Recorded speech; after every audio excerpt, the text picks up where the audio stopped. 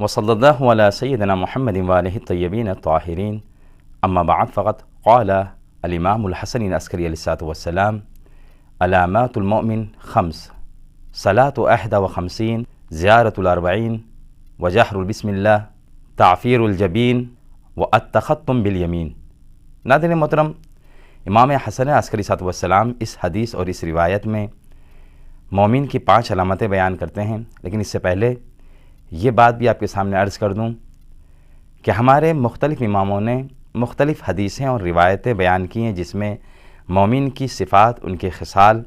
اور ان کی علامتیں بیان کی گئی ہیں۔ لہٰذا ہرگز اس کا یہ مطلب نہیں کہ یہ 5 علامتیں ہی مومن کی ہیں اور دوسری علامتیں نہیں ہیں۔ ظاہر ہے دوسری حدیثوں میں اور روایتوں میں دوسرے معصومین علیہ السلام نے مومن کی ظاہری اور باطنی علامتوں کی طرف اشارہ کیا، شیعوں کی کیا خصلتیں اس کو بیان فرمایا ہے۔ اس روایت میں بھی اگر دیکھا جائے تو مومن کی ظاہری 5 علامتوں کی طرف اشارہ کیا ہے، جس میں پہلی علامت یہ ہے کہ مومن وہ ہے کہ جو دن بھر میں 51 رکعت نماز پڑھتا ہو، یعنی اپنی واجب نمازوں کے ساتھ نوافل جو ہیں، یعنی ظہر، عصر، مغرب، عشاء کی جو نوافل ہیں وہ بھی، اور نماز تہجد، نماز شب کے نام سے جسے ہم یاد کرتے ہیں، یہ 51 رکعت نماز مومن پڑھتا ہوں۔ دوسری علامت یہ ہے کہ زیارت الاربعین، جو زیارت اربعین ہے اسے پڑھتا ہو، یعنی ایک مومن وہ ہے جو امام حسین صلی اللہ علیہ وسلم کی زیارت اربعین پڑھتا ہے، امام کی زیارت کے لیے جاتا ہے، یہ ایک علامت ہے۔ البتہ یہاں پر یہ بات بھی قابل غور ہے کہ اگر ہم اس حدیث کو اور اس روایت کو اس زمانے کے اعتبار سے اگر ہم اسے پرکھیں کہ جس زمانے میں اس حدیث کو امام حسن عسکری صلی اللہ علیہ وسلم نے فرمایا، جب ہم اس زمانے کے اعتبار سے اس روایت کو دیکھیں گے تو اس میں کچھ اور نکات بھی ہمارے سامنے آئیں گے، جیسے بسم اللہ الرحمن الرحیم کہنا، جہر یعنی بلند آواز میں بسم اللہ کہنا، یہ مومن کی علامت بیان کی گئی ہیں۔ بسم اللہ الرحمن الرحیم کے لیے اہل سنت برادران ہمارے جو ہیں بسم اللہ الرحمن الرحیم کو دوسرے سوروں کا جز نہیں مانتے ہیں، جبکہ ہمارا عقیدہ یہ ہے کہ بسم اللہ الرحمن الرحیم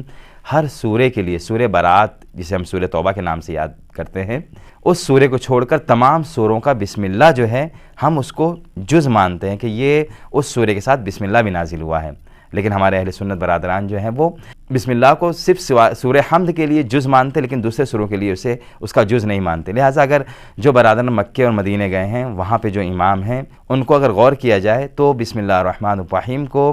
دوسرے سوروں میں یا آہستہ پڑھتے ہیں یا تعمداً اسے آہستہ پڑھتے ہیں یا یہ کہ اصلاً نہیں پڑھتے ہیں، لیکن ہمارے یہاں مستحب یہ ہے کہ حتیٰ ہماری جو جہری نمازیں جیسے ظہر، عصر کی جسے ہمیں آہستہ پڑھنا چاہیے اس میں بھی بسم اللہ الرحمن الرحیم کو بلند آواز سے کہنا مستحب ہے۔ لہٰذا اگر ہم اس روایت کو اس زمانے کے اعتبار سے دیکھیں کہ جہاں پہ امام حسن عسکری صلی اللہ علیہ وسلم کے زمانے سے پہلے کہ جہاں پہ شیعہ تقیہ کرتے تھے، اپنے ایمان کو چھپاتے تھے، ان کی جان کو خطرہ تھا، لیکن یہاں پر امام علیہ السلام اظہار کرنے کو کہہ رہے ہیں کہ اپنی ان ظاہری علامتوں کو اس کا اظہار کرو اور اسے بتاؤ کہ ہم شیعہ ہیں، ہم یعنی جس طرح سے تولا اور تبرہ ہے اسی طرح سے یہ بھی انہی کے مصداق میں سے ایک یہ کہ انسان ان علامتوں کو اپنے لیے ظاہر کرے۔ ایک علامت اور کہ جسے امام علیہ السلام نے اس حدیث میں بیان کیا وہ ہے تعفیر الجبین، یعنی انسان اپنی پیشانی کو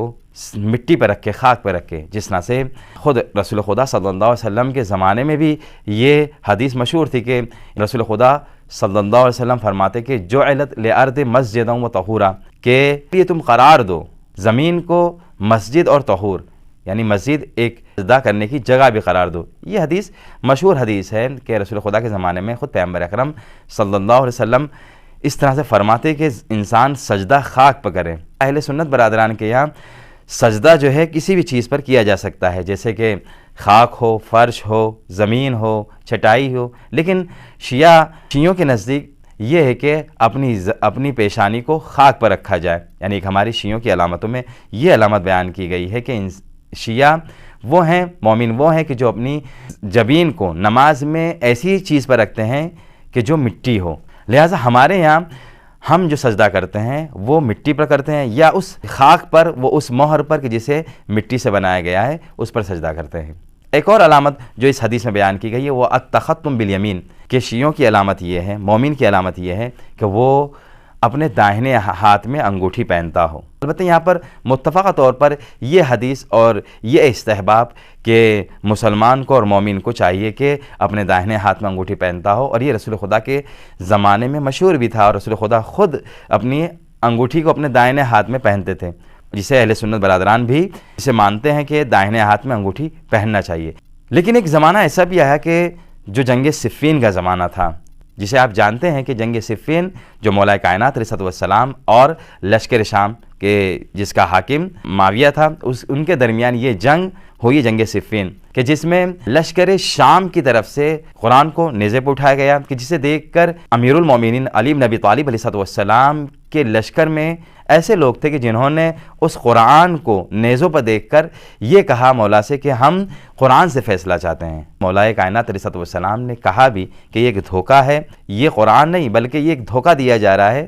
اور اس سے کوئی فیصلہ نہیں ہونے والا ہے۔ بہرحال ایک فشار ہوا لشکر مولا کائنات کی طرف سے، جس کی وجہ سے مجبوراً یہ ہوا کہ اب حکمیت کا مسئلہ پیش آیا۔ حکمیت یہ تھی کہ ابو موسیٰ اشعری کہ جسے خاص شخصیت سمجھا جاتا تھا، اس کو فیصلے کے لیے رکھا گیا، اور یہاں پر یعنی معاویہ کی طرف سے عمرو عاص کے جو اس کا مشاور تھا وہ تھا، اور ابو موسیٰ اشعری کو انتخاب کیا گیا کہ اس کے درمیان، ان دونوں لشکر کے درمیان فیصلہ کیا جائے۔ لہٰذا انہوں نے کچھ طے کیا۔ اس کے بعد ابو موسیٰ اشعری ممبر پہ جاتا ہے اور اپنے ہاتھ سے، اپنے دائیں ہاتھ سے انگوٹھی کو اتارتا ہے، اور یہ کہا کہ جس طرح سے میں اپنے ہاتھ سے، اپنے دائیں ہاتھ سے انگوٹھی کو اتار کر باہر نکال رہا ہوں، ویسے ہی میں مولا کائنات کو خلافت سے معزول کرتا ہوں۔ اس کے بعد عمرو عاص جاتا ہے اور عمرو عاص کہتا ہے کہ جس طرح سے میں انگوٹھی کو اپنے بائیں ہاتھ میں پہنتا ہوں، اسی طرح سے میں معاویہ کو خلیفہ اعلان کرتا ہوں، یعنی اسے خلیفہ مانتا ہوں۔ لہٰذا اس واقعے کے بعد ایک علامت یہ ہو گئی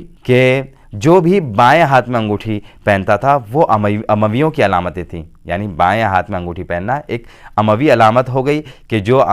معاویہ کو حاکم مانتا تھا مولا کائنات کے مقابل میں، یعنی جو بھی بائیں ہاتھ میں انگوٹھی پہنتا، یہ ایک علامت ہو گئی کہ وہ اموی ہے، وہ عمرو عاص کے فیصلے کو قبول کرتا ہے۔ جس کے بعد یہ ایک علامت یہ بھی ہو گئی کہ جو شخص بھی دائیں ہاتھ میں انگوٹھی پہنتا تھا وہ اس چیز کا، اس کو یہ مانا جاتا تھا کہ اس نے ابو موسیٰ اشعری نے جو فیصلہ کیا تھا اس فیصلے کو نہیں مانتا، یعنی مولا کائنات علیہ السلام کو اب بھی خلیفہ مانتا، یہ مولا کا چاہنے والا ہے۔ لہٰذا یہ علامت مخصوص ہو گئی شیعوں سے کہ شیعہ وہ ہیں کہ جو اپنے دائیں ہاتھ میں انگوٹھی پہنتے ہیں۔ اب ایک یہ وقت گزرتا گیا اور ایک وقت وہ بھی آیا کہ جہاں پر تقیہ کا عالم ہو گیا، اور جہاں پر شیعوں کو ٹارگٹ بنایا گیا اور انہیں قتل کر دیا گیا۔ لیکن امام حسن عسکری صلی اللہ علیہ وسلم کے زمانے میں جب شیعوں کا بہتر وقت ہو گیا تو اس زمانے میں مولانا نے اس حدیث کو فرمایا اور کہا کہ التختم بالیمین، مومن کی علامت یہ ہے کہ وہ اپنے دائیں ہاتھ میں انگوٹھی پہنتا ہو، نہ کہ بائیں ہاتھ میں انگوٹھی پہنتا ہو۔ ہو سکتا ہے بعض لوگ یہ اعتراض کریں کہ ہم نے بعض علماء کو بھی دیکھا ہے جو اپنے بائیں ہاتھ میں بھی انگوٹھی پہنتے ہیں، تو یہاں پر ایک یہ حکم بیان کر دیا جائے شریعت کا کہ شریعت نے اس وقت بائیں ہاتھ میں انگوٹھی پہننے کو مکروہ کہا ہے کہ جب آپ کا دائیں ہاتھ خالی ہو، لیکن اگر آپ کے دائیں ہاتھ میں انگوٹھی ہے تو آپ بائیں ہاتھ میں انگوٹھی بھی پہن رہے ہیں تو اسی صورت میں یہ کراہیت نہیں رہ جاتی۔ تو ناظرین محترم، یہ وہ علامتیں تھیں کہ جنہیں امام حسن عسکری صلی اللہ علیہ وسلم نے ہمارے لیے بیان کی کہ مومن کی 5 علامت ہیں۔ پہلی علامت یہ ہے کہ وہ 51 رکعت نماز کو پڑھتا ہو، اور دوسری علامت یہ ہے مومن کی کہ وہ زیارت اربعین پڑھتا ہو، تیسری علامت یہ ہے کہ وہ مٹی پر سجدہ کرتا ہو، چوتھی علامت یہ کہ اپنے داہنے ہاتھ میں انگوٹھی پہنتا ہو، اور ایک علامت یہ بیان کی گئی کہ مومن وہ ہے کہ جو بسم اللہ الرحمن الرحیم کو بلند آواز سے پڑھتا ہے۔ والسلام علیکم ورحمۃ اللہ وبرکاتہ۔